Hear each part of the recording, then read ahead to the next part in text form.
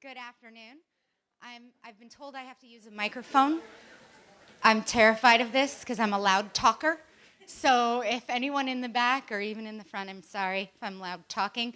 But we'd like to record today's session, so I have a microphone. Good afternoon. My name is Amanda Houston, and I'm the Vice President for Service Delivery at Pondera Solutions. We don't make bread, we don't make music, and we don't make pretty bracelets that you sell in the mall.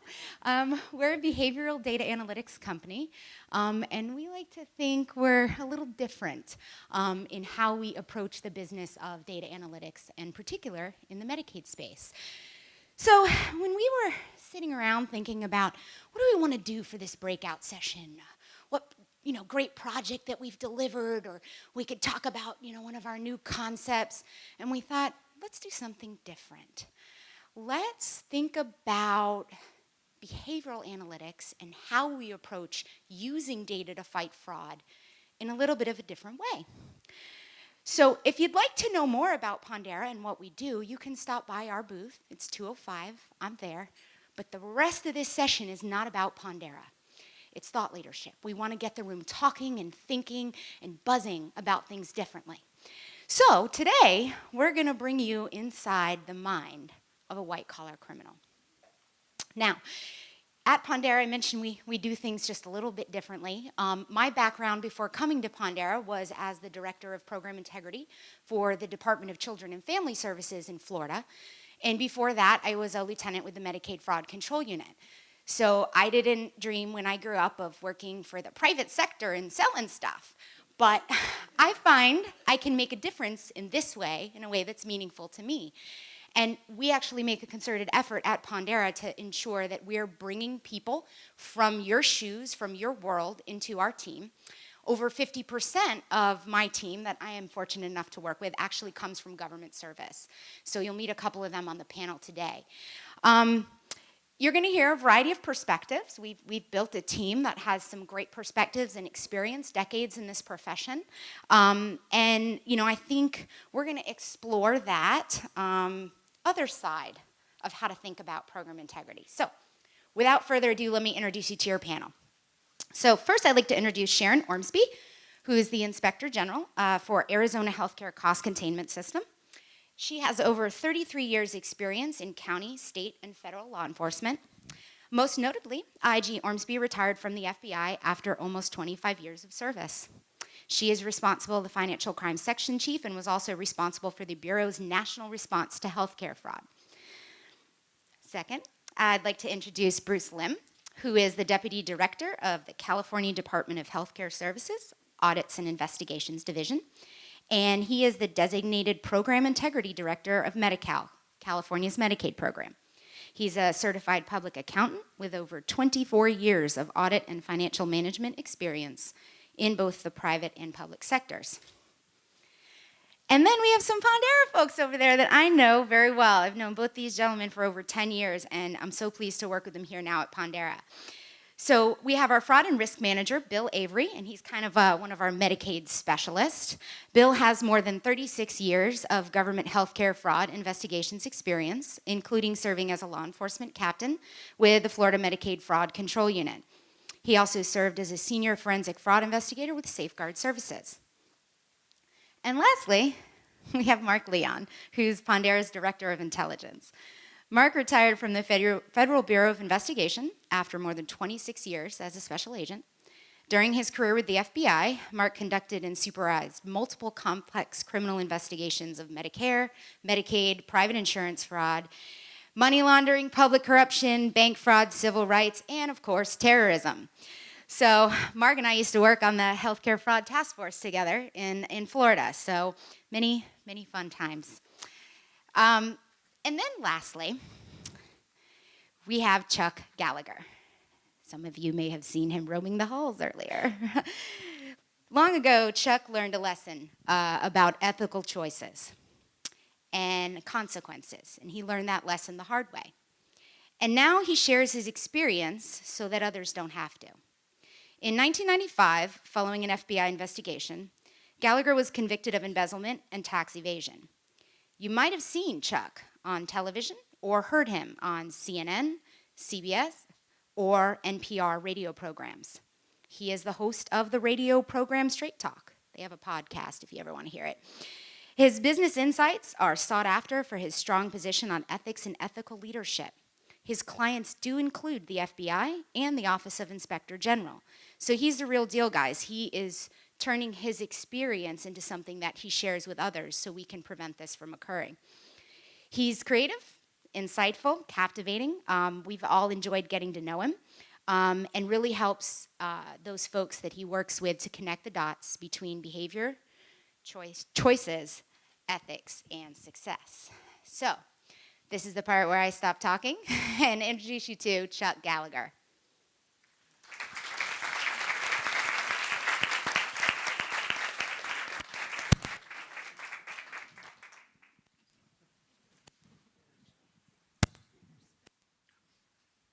Every choice has a consequence. On October 2nd, 1995, I took 23 physical steps. That's the distance from the door point right here. As I took those steps, I thought about my wife. I thought about my two children, Rob and Alex, so they must have been maybe this tall at the time. I thought about my career. I thought about the church where I had been music director for 12 years. I thought about everything that defined my life. At the time, I was living in Western North Carolina. I was Chuck Gallagher. I was a somebody. But on that day, on the 24th step, I reached out my hand, pushed open the door, and stepped in to federal prison. There I became 11-6-42-058, an inmate, what most people would define as a nobody, and what most people in this room are trying to find. Every choice has a consequence. Now, today is the 29th. So 20 years and 3 days ago, I was released from federal prison. And I will tell you that it will make it a little bit easier today if we had some minor modification in the way this is going. Does anybody want to suggest what that modification might be? Oh, really? You all are that quiet? That is not acceptable. I do not allow quiet. Does anybody want to guess? Yeah, thank you very much. Young lady, do you have experience with removing handcuffs? She'll never tell. Girl, I like you already. I'm just saying. One of the things that is very important whenever you do what I do is carry the handcuff key with you. By the way, this is the strip portion of the show, so we will proceed with this. I flew up here yesterday from Charlotte, North Carolina. I just want to say, I wonder if anybody knows what it's like to fly through airport security with 3 sets of handcuffs and an orange jumpsuit. It is fascinating, it really is. The TSA guys, they're sitting there looking mindlessly at these monitors, wanting to see if somebody's bringing something through. Ladies, you all know you cannot have more than 3.5 ounces of liquid. 3 sets of handcuffs. Go figure. So the guy at airport security looks at me. He sees the handcuffs. First, what he does is he says, whoa, as I crash the monitor.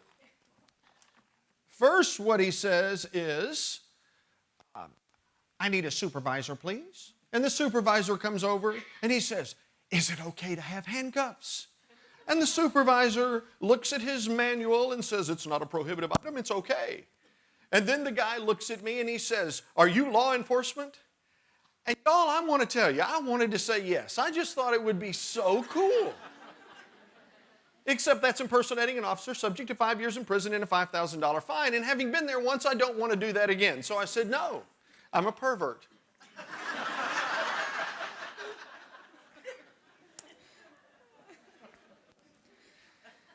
And the guy looks at me and he smiles and just kind of assumes that seems quite normal. Now, for purposes of what we're doing here today, The question that I typically get is, all right, so what happened?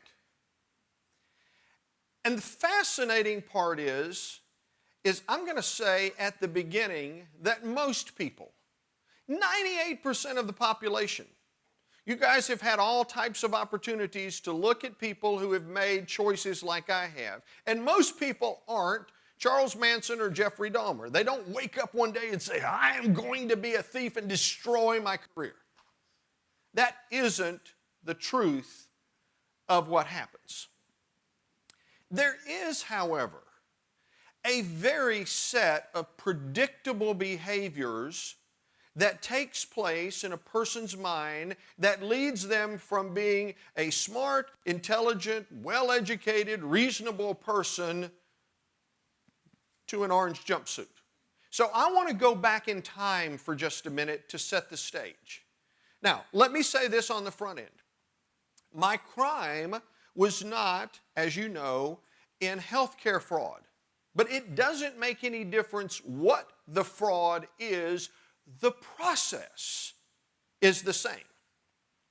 So here we go. I'm going to go back to 1987.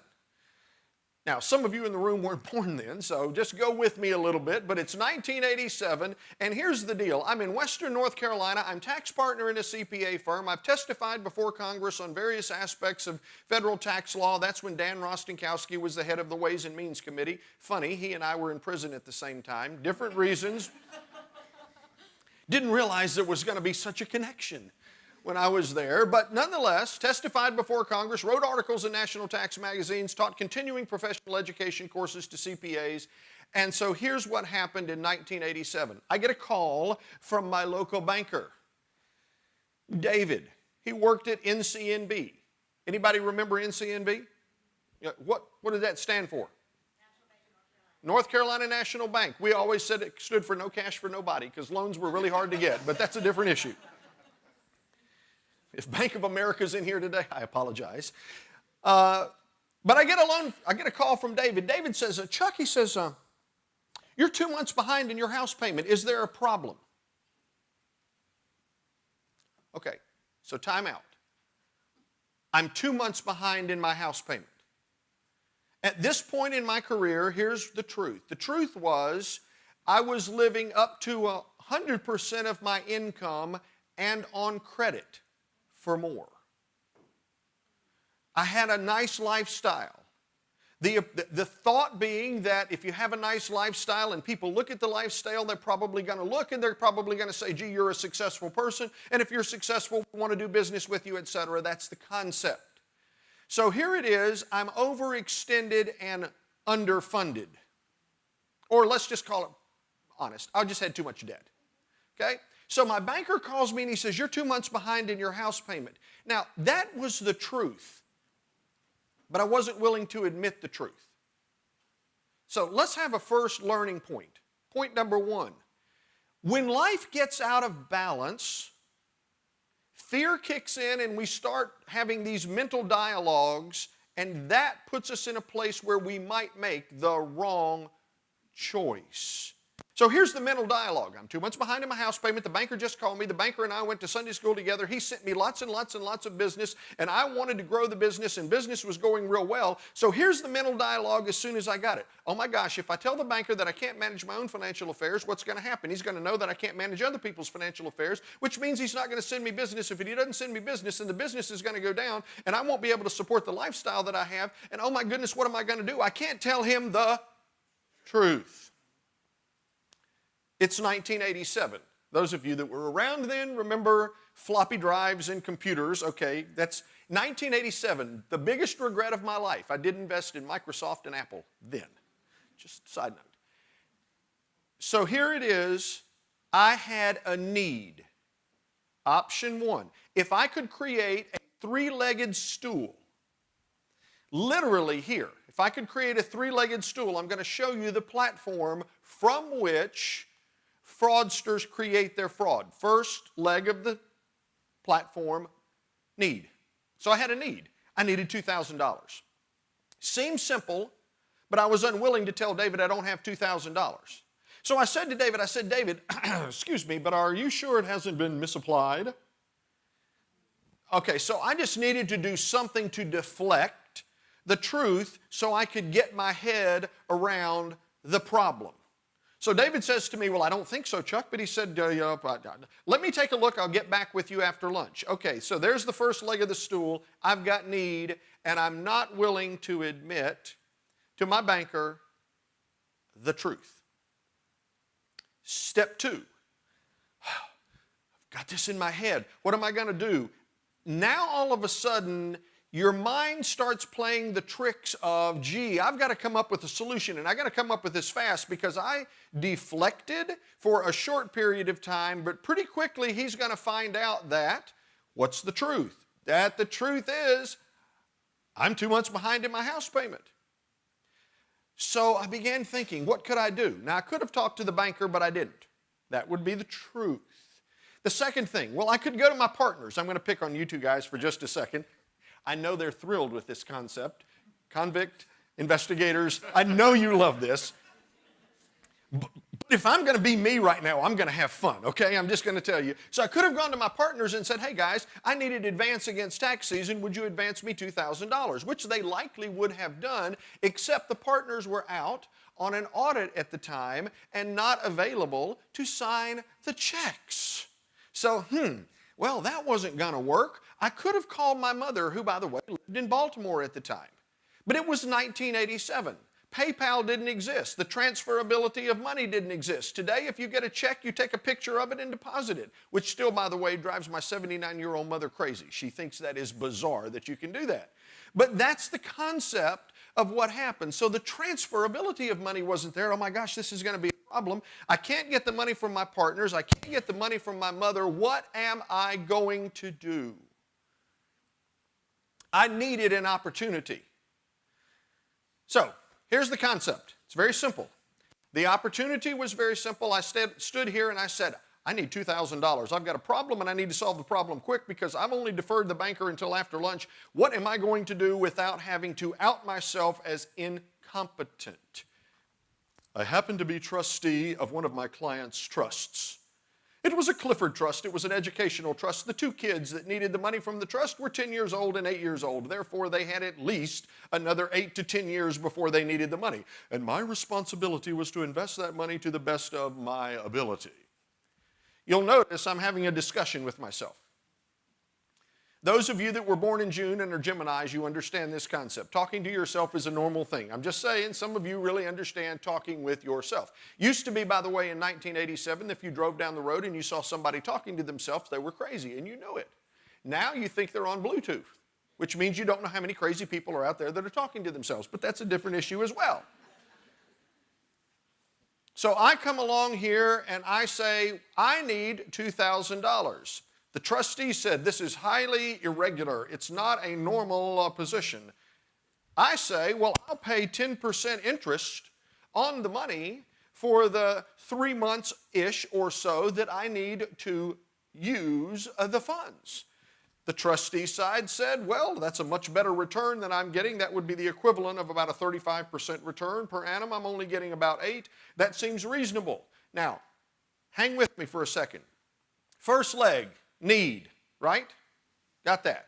Second leg, where am I going to find the opportunity to solve my problem?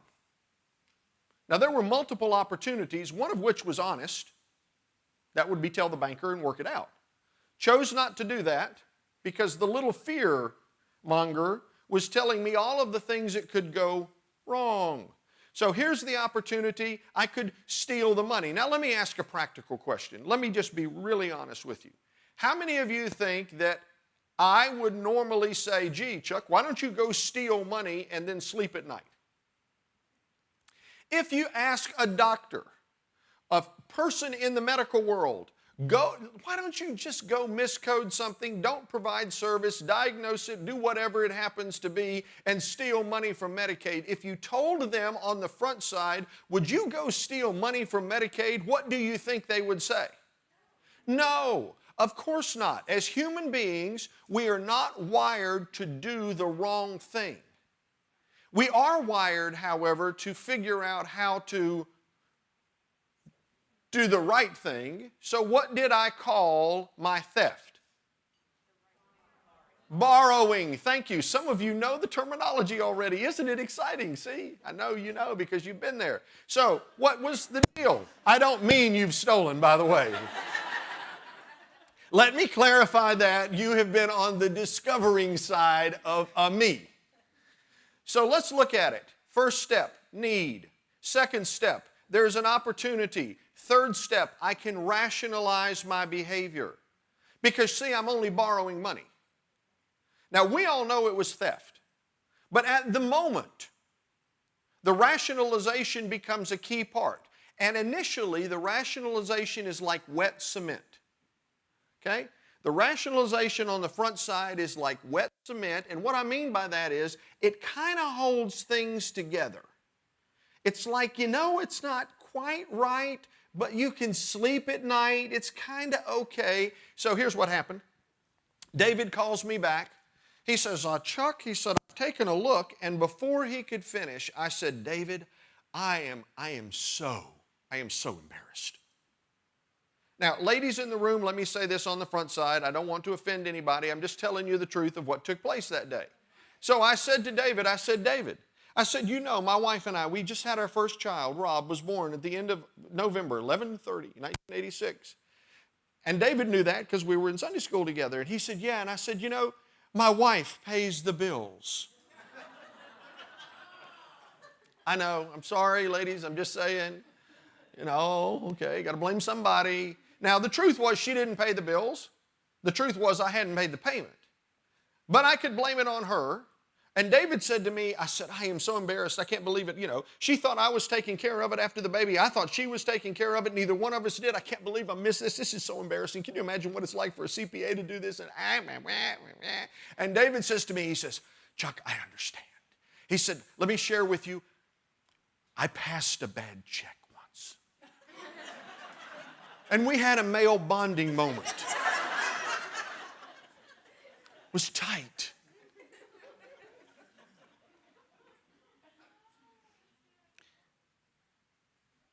Before I turn this back over, I want you to think about what just happened.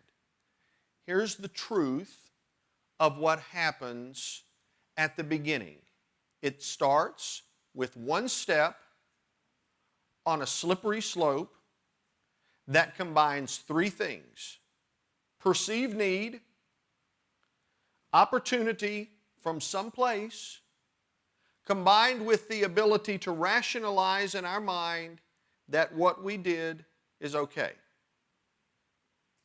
Now, I stole the money, took it to my banker, paid him, went back, slept at night, and at the end of tax season, I paid it back with interest. Theft is theft. But I convinced myself it was borrowing, and the cement hardened. And then I did it again. Afterwards, think about it. Reality was, well, if there's another need and here's an opportunity and the cement is hardened, it apparently was borrowing, because if I paid it back, it really was borrowing, and now this stuff is as hard as a rock. And I paid it back again. And then I found out it was easy. And every choice has a consequence. And most everybody in the room has uncovered or discovered that story over and over and over again. So as I turn this back over, here's the one thing that I think we need to think about. It's easy, I won't say that, that's not true. It's not easy to discover it, but it's discoverable. But that's an after-the-fact issue. If there's 3 legs on the stool, by the way, I would bring a 3-legged stool with me to a program like this, except TSA doesn't let me take the stool apart and have the legs because they call them clubs. I could handcuff the flight attendants to the drink cart, but I can't carry a stool. But think about this for just a second. If I can remove one of those legs, if I can remove need, adjust rationalization, or take away the opportunity, I deflate the possibility of a fraud. What if we could think about the things that are taking place that would allow the potential, the intelligent person to commit the fraud, and we could somehow place obstacles to prevent it. Because that would have kept me from being here today. And with that, I'm going to turn it back over to you, Amanda. Thank you, Chuck.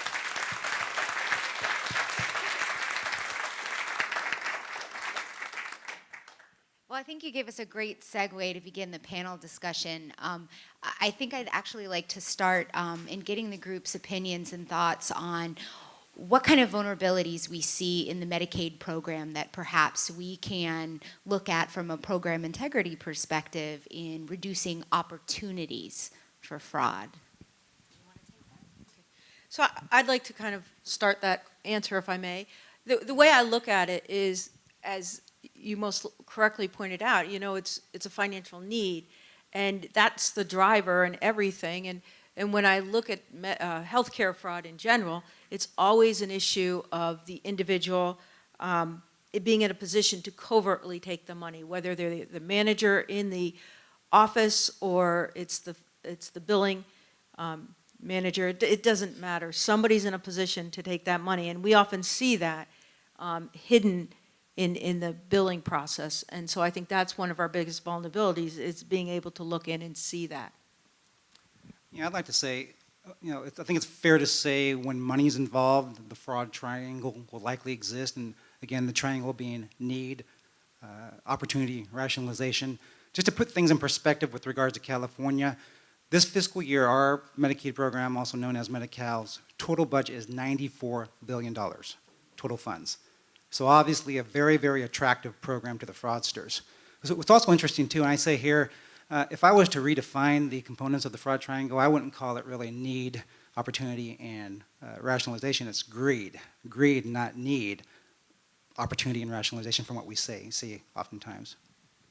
Yeah, I would have to agree, and Chuck said it well. I think the opportunity comes when a provider knows that they can get away with it. And we've seen this time and time again, at least in my career, is that a guy starts out small, gets away with it, goes on and on and on. Or they're a recidivist. They come back in, they get slapped by a fine or sanction, and then, but they're still not stopped. So it really does show that there's an opportunity issue that actually the NPIs, are really the strong point to stop that. And that's why I just think that the opportunity is there. Weak policies, weak edits in the system create the opportunities. No, I agree wholeheartedly with Bill in that it's, finding things on the front end as best you can, and once you don't, you end up at Chuck's doorstep being able to move easily from one step down to the next if you realize that there's going to be no consequences to your actions. One of the things, guys, and you come from a different perspective, and you said, it's greed, greed, greed. I would like to suggest that perhaps it isn't always greed. Now, I'm not suggesting that greed is not a major component, but to me, there's three things that could come into place, and it's life changes. This is the issue that I look at, and that is what major life changes will create the need, okay? And let me just use three different ways. One could be financial. There's a financial life change. Okay, I was way over debt. I'll admit that. That's my fault. But the change was the banker said unexpectedly, oh, by the way, and we need that payment today. So that was a financial issue. But what if it's a relationship issue? See, the relationship could create the financial issue. For example, I'm a doctor, I've done a great job, and I live in Greenville, South Carolina, so it's in Greenville, South Carolina, and everything seems to be wonderful, and one day your wife comes in and says, oh, by the way, I'm divorcing you, and I'm taking half of everything. Now, all of a sudden, the relationship change creates the financial conundrum because my lifestyle is here, but something's getting ready to happen that is going to dramatically change where I am. Now, that wasn't a greed-driven issue. It was a relationship-driven issue that caused that. Or the third component could be health. And I've seen far too often, and I bet you guys have as well, circumstances, maybe not in Medicaid, but in general, whenever you're looking at financial frauds, where someone's health has gone awry, and then all of a sudden they're looking and saying, well, gee, insurance isn't covering X, I need to do Y, what's going to take place? Here's a simple solution. I'm the office manager at a doctor's office, I'm just going to take funds, whatever those circumstances may be. But those life changes are the precipitator of that need.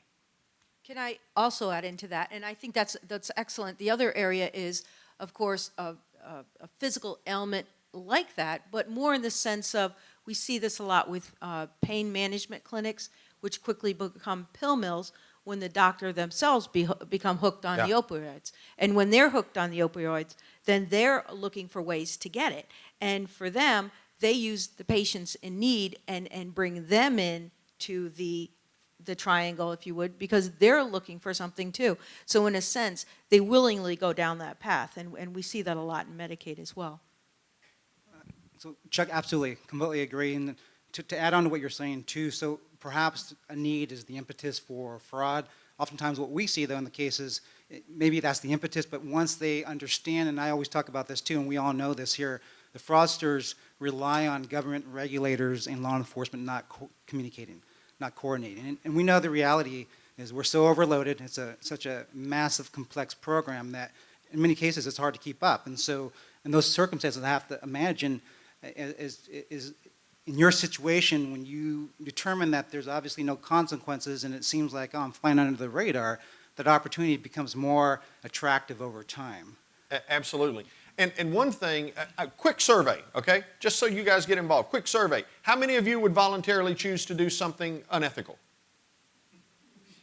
Great. Okay, so we got a few people that are lying, but that's all right. How many of you believe that voluntarily breaking the law is unethical? Raise your hands. Okay, I've got 3 sets of handcuffs, so you guys have to vote, okay? This is a voting set. How many of you think breaking the law is unethical? Raise your hands. Okay, great. How many of you have driven on the interstate highways in the past 2 weeks? Raise your hands. Great. How many of you exceeded the speed limit by 5 to 10? Raise your hands. Smiling, look at you. You're happy about that. Here's the reason I asked the question, because this ties back to what you're saying. If it's socially acceptable, it's okay. And that's for us in the room. So here's the question. We speed on the interstate because we believe, number one, the cops aren't going to get you if it's 5 to 10 over. And if we're staying with traffic, the probability we get caught is what? Slim, right? So therefore, it's worth the risk. That goes back to it because if the doc or the provider or whomever it happens to be finds that they can come along and take just that first step and there's no consequence, and another step and there's no consequence, and if purportedly, well, everybody's doing it, which is rationalization, then why not?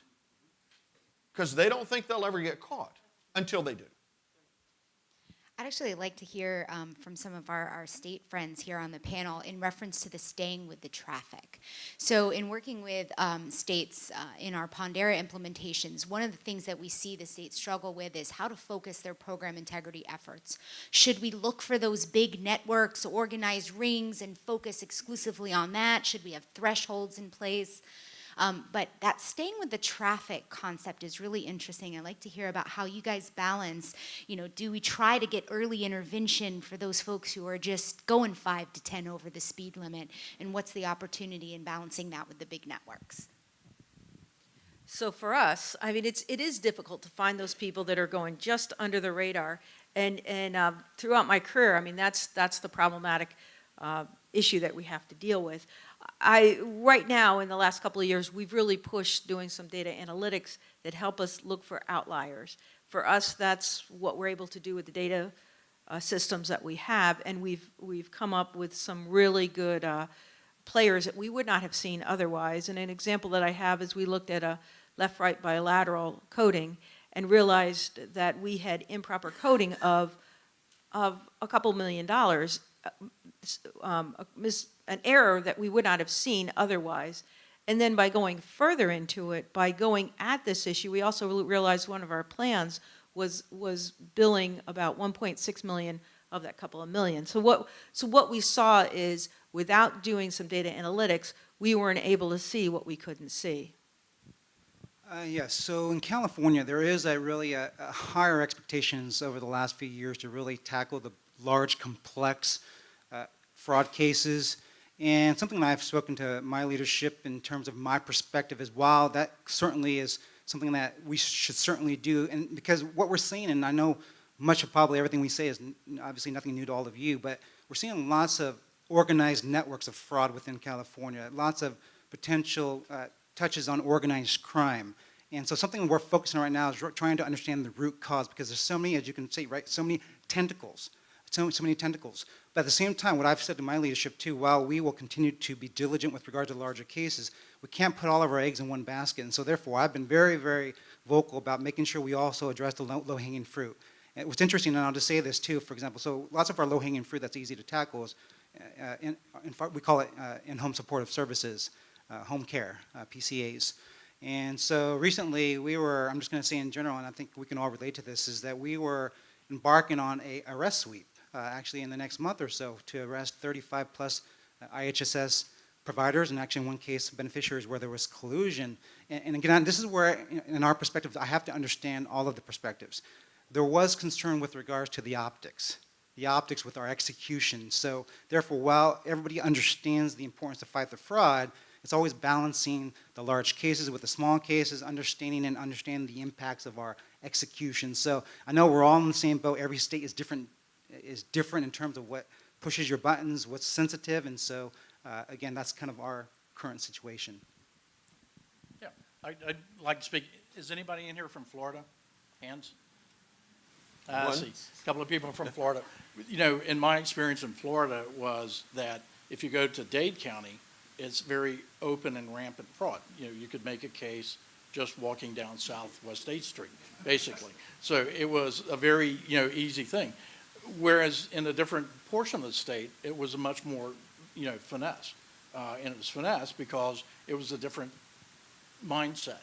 And I think that speaks to the gradations that you have. You have different gradient, providers out there. You have typically a bust-out scheme where the organized crime people get into it, and it's just take the money and run type scenarios.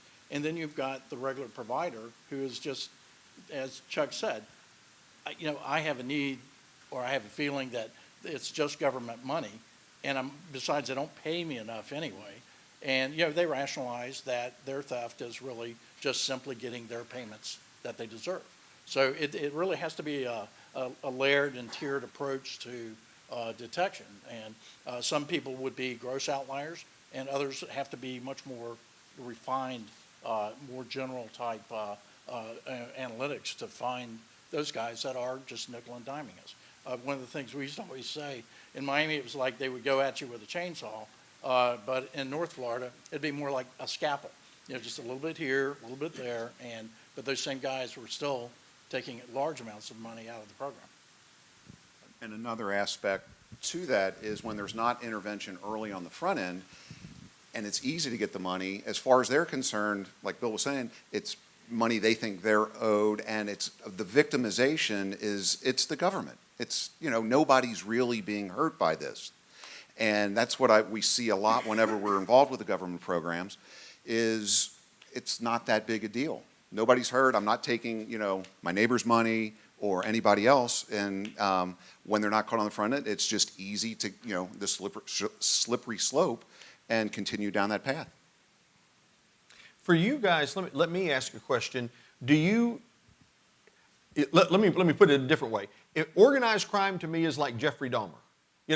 Intentional, I'm going to defraud you, I'm going to take advantage of an opportunity. The providers that aren't organized crime, the ones maybe with the scalpel, okay, that's more of the I start and it gets easier and bigger. If you were looking at it, because I'm outside, is it more of the organized crime, or is it more of just the broad breadth of small scalpel providers? For us, I think we're seeing more the small scalpel providers, but we're also seeing within those group conspiracies of a couple of people working together. But the broad organized crime aspect of it, not so much unless you're looking at, say, a pharmaceutical drug diversion, and then I might say you'd go into that area. Right. So it's interesting as we are working with our federal partners. So, for example, we've worked from everyone between the U.S. Department of Justice, Main Justice, FBI, OIG. The federal law enforcement partners are not as quick to call what we're seeing organized crime when we've had these discussions.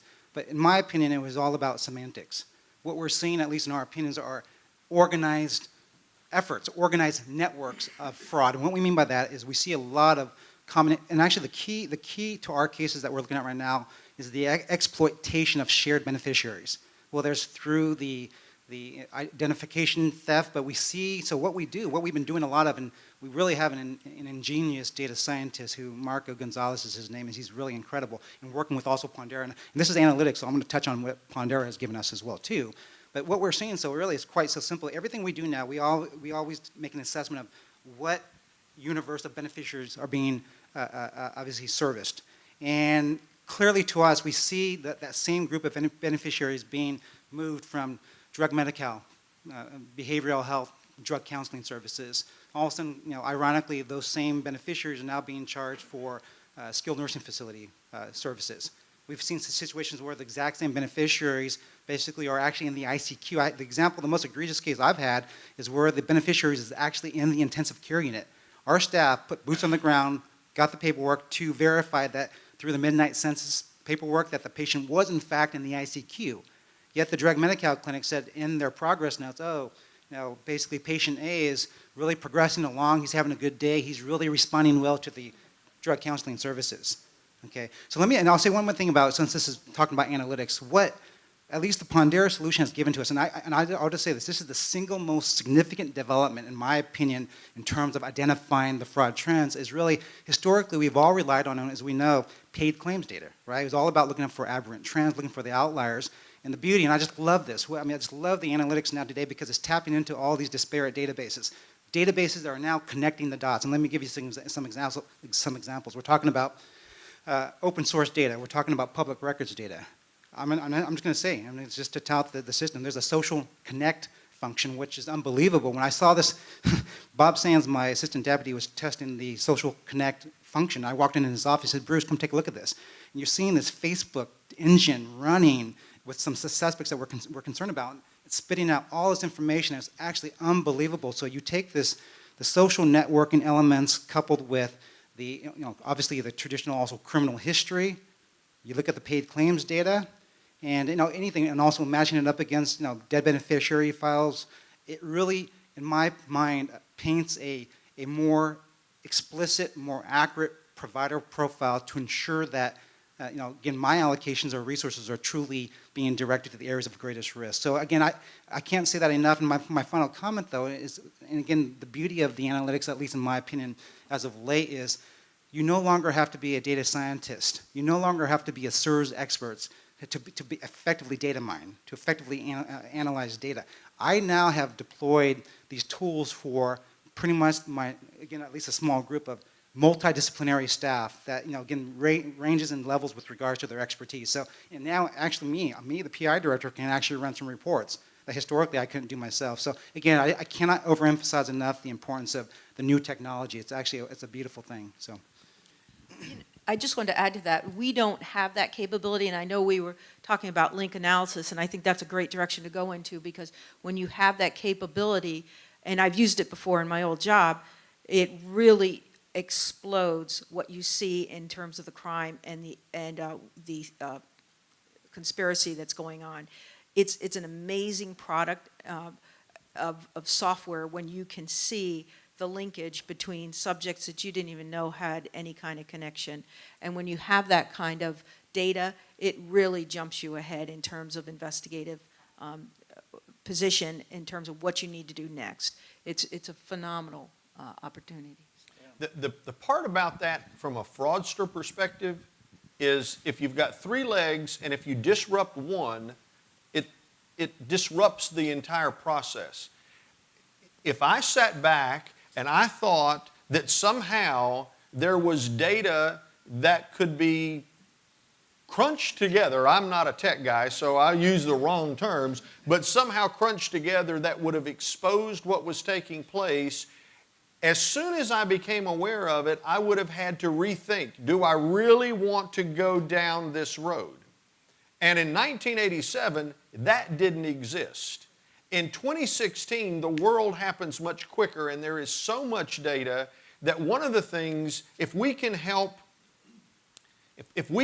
the people that might be committing the frauds, considering committing the frauds, get off the merry-go-round of doing that, because the probability of detection is so much better and done in so many ways that you can't analyze, then that fear on the rationalization side starts to pull that leg of the stool away. Absolutely. The other thing I think is so important, I use this term all the time in my environment, knowledge transfer and preservation. In my opinion, we would be completely derelict in our duties if we're not learning lessons learned from like a Chuck situation or lessons learned from all of our case studies and whatnot. And so I know in working with Pondera, it is a partnership where we're feeding information back and forth, where we're feeding our lessons learned into the engine, and the engine gets better, it gets smarter, right? And so to me, it's a continual system to ultimately identify the areas of greatest exposure. The other thing I've always said too, and again, I'm digressing a little bit here, one thing that's really important to me, my staff, for example, would say, Bruce, why are we pursuing the rack? Why are we having to pursue this technology? We're already doing it all. I said, oh, really? We're doing it all? Really? Well, prove it to me. Show me the data. And what I always say here, until I can be assured that, number one, we're working with the entire universe of data, okay, first and foremost. And then secondly, we have the proper analytic tools to apply those analytics against the universe of data. Don't tell me we're doing it all. Because what I've said here too, while our case could be really strong cases, very worthwhile cases, we don't know what we don't know. Right? There could be a sliver of the universe that we're completely neglecting that's going under the radar. So from an audit perspective, I've always talked about audit coverage, test for completeness is absolutely crucial in what we do and working together. I'd like to add in something that we do that not many other states do, is we look at member fraud. And what we have found is there's a lot of individuals that are using that fraud triangle to justify why they should be a member of Medicaid when they're not eligible. But they make it themselves eligible by lying about residency or income, citizenship, something that's going to cause them to go down the road they don't want to go down. And we convict quite a few people or kick off of quite a few people that have gotten on. And if you have a data system that can allow you to see that, that only makes it that much better. Again, we don't necessarily have that. We have to do a lot of work to get to that, work on through referrals or other means. But there again, that's an area where data analytics could be phenomenal. Okay, we have just a couple more minutes before we're going to open it up to questions from the audience. There's one more topic I'd like to hear from the panel on today, and that's this term of behavioral data analytics. It's not a marketing term, I promise. It actually means something to us at Pondera, and I'd like to bring us back to Chuck's story. Remember he said there was that first thing that happened, the need, $2,000 behind on his mortgage payment. That's a breadcrumb, right? There's a paper trail to show that Chuck didn't make 2 mortgage payments. We didn't need his transaction history as a CPA for his client accounts to know that something was happening to Chuck to create a need and present the opportunity with his client accounts. So one of the things I'd like to hear about from the panel, and maybe we'll start down here in the end with Mark and move our way to the left, is what kinds of breadcrumbs, aside from traditional claims data analysis, could we learn from the MO of fraudsters or folks that have committed these types of white-collar crimes that can we translate into our data analytics? Because that's the behavioral component that I'd like to hear from the team on. Well, I think with the tremendous amount of data that's out there, we like to look at varying layers of that. And that can be as simple as looking at judgments people have against them, liens that have been filed, UCCs that have been filed. Financial things such as that, we can look at their social network, as Bruce brought up before. So once you do identify a bad guy, you can see what other people they're interested in. Other friends of theirs, other acquaintances. Who are those friends friends with? And that may lead you down the path to help you in the fraud detection world. Yeah, I agree. And I think the analytics, when you're using behavioral analytics, it's really delving directly into, those high-risk providers. How do we find them? There could be data outliers, but when you couple it with external data, then they begin to be more risky. There's a justification for looking at it. It could even be used as proactive. Do we actually have a set of high-risk providers out there? Coupling it with traditional data analytics, along with this third-party data that you can actually begin to weigh it out. Are they in financial distress? Do they have large expenditures that are unaccounted for? So when you add that layer to it, it really is good. And the social networking stuff, it shouldn't be dismissed. It's a very powerful tool. I tell my kids, do not put anything on the internet that you don't want somebody to look at, because they will look at it at some time in the future, including employers. And employers run this all the time. So, when you begin to couple that, you see commonalities, potential conspiracies, links of groups and associations. So that's where, beyond just the traditional, standard deviation outlier type approaches, you can broaden this out into a much more effective detection tool. And just to add to that, the whole effort with regards to link analysis, just the relationships are actually incredibly important to identify. And oftentimes, and I'll just say this in general, I'm just telling you real life experiences here. When we were working with one of our federal partners, law enforcement partners, we showed them one of our first early social connections. And obviously, in part, it was due to Facebook connections, and in itself, obviously, doesn't prove anything, but it was all part of the picture. And I'll be frank with you, I think the bulk of the people thought we were crazy. They really thought we were crazy, and we were out there saying, why are you even relying on social networking information? And so we were a little deflated, because we didn't say we've proven the fraud, but look at the relationship, look who is involved. And I remember my boss, it was almost it was like redemption. Like fast forward 6 months later, those very same law enforcement partners came back to us to say, you know what, you got something there. There is something there. And so the other thing I'll say too is, we always talk about, what do we need to do to identify the trends? We always talk about prevention, especially ever since the Affordable Care Act. And I'm sure many of you agree with this. Lots of the front-end preventative measures are always focusing on the front end. Prepay efforts, whether it's screening, monitoring on the enrollment side. We do a lot of provider education. And so therefore, everybody's kind of moving away from what they say, pay and chase.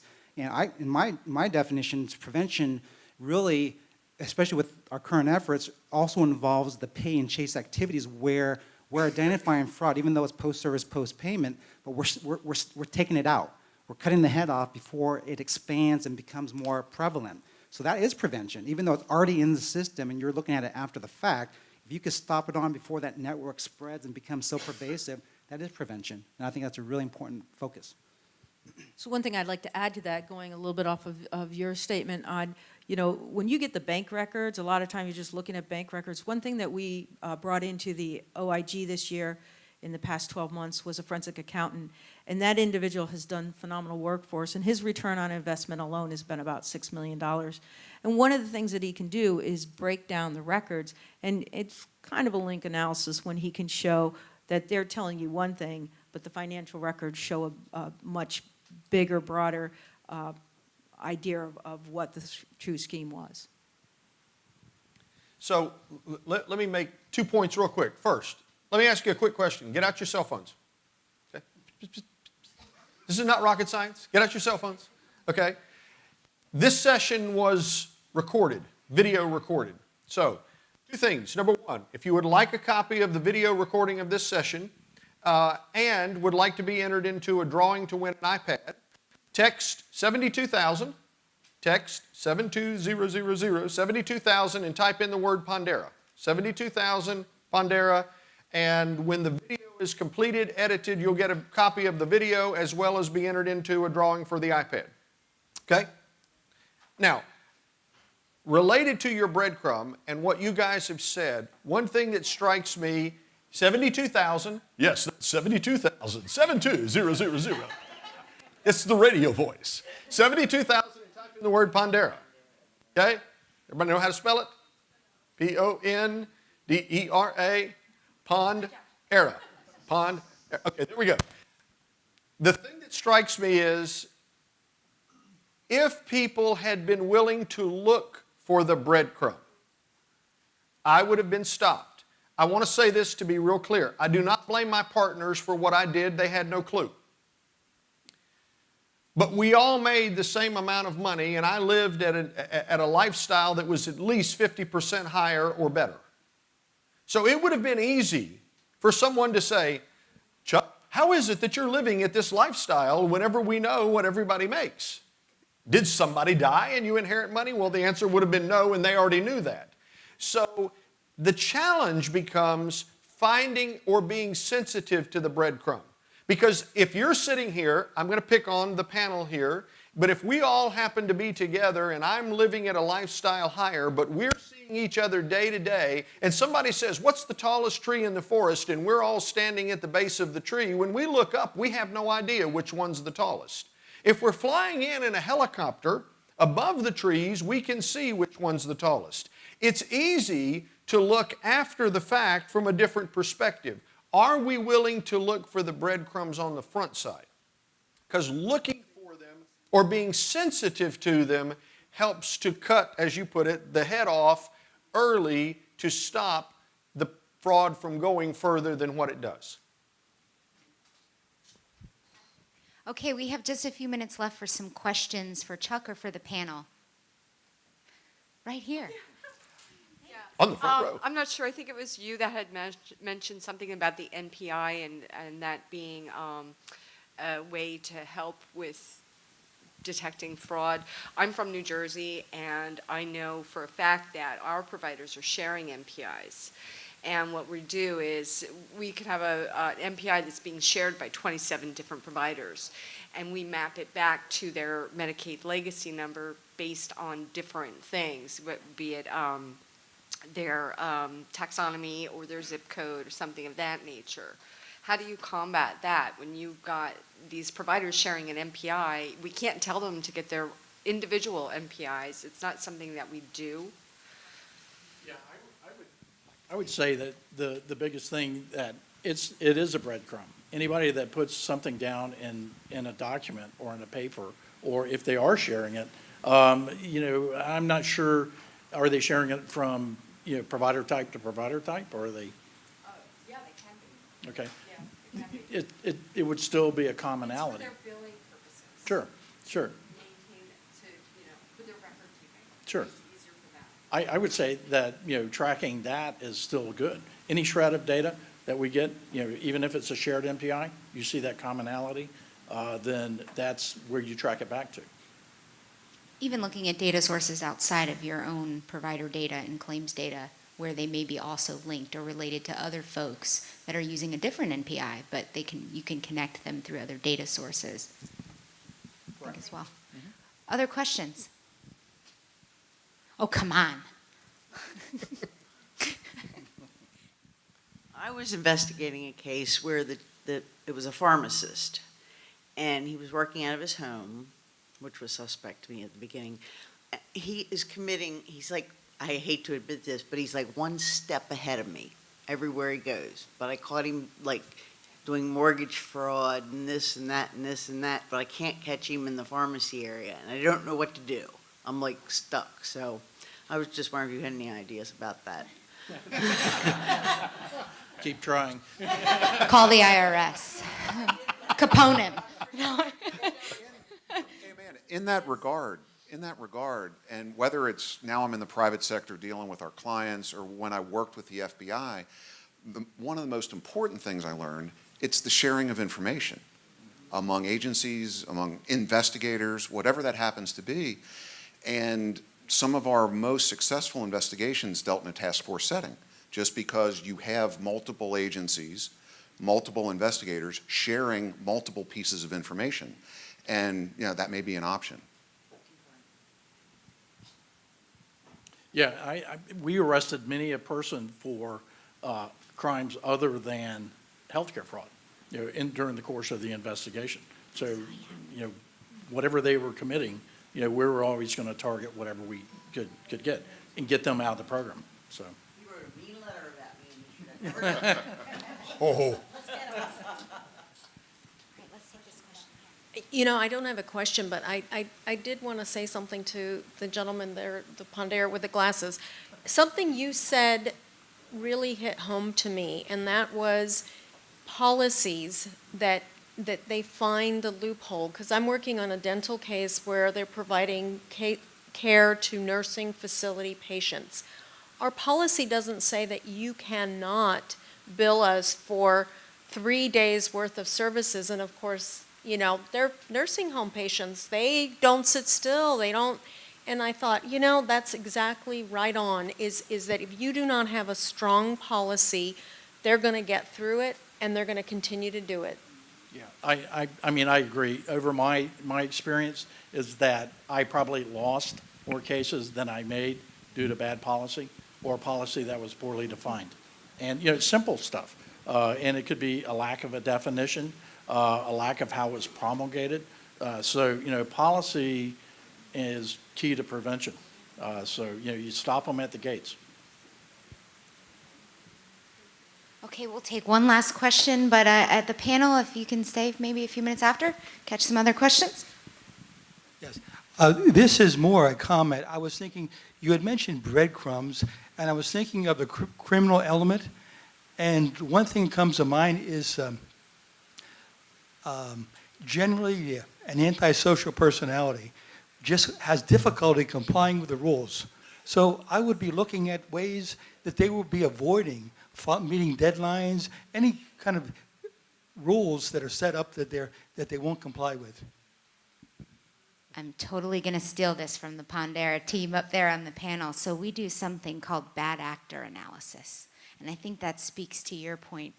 If you want to chime in, Bill or Mark, on this, we firmly believe in that because we think there are those opportunities in studying those bumps along the road. Maybe they got sanctioned, the hand slap, or there's some sort of other intervention that's happened. If they're a healthcare facility, are you looking at their licensure history? Are they being fined? Do they have, you know, type priority 1 citations with patient harm involved? They're still in the program, but they've left breadcrumbs, if you look, right?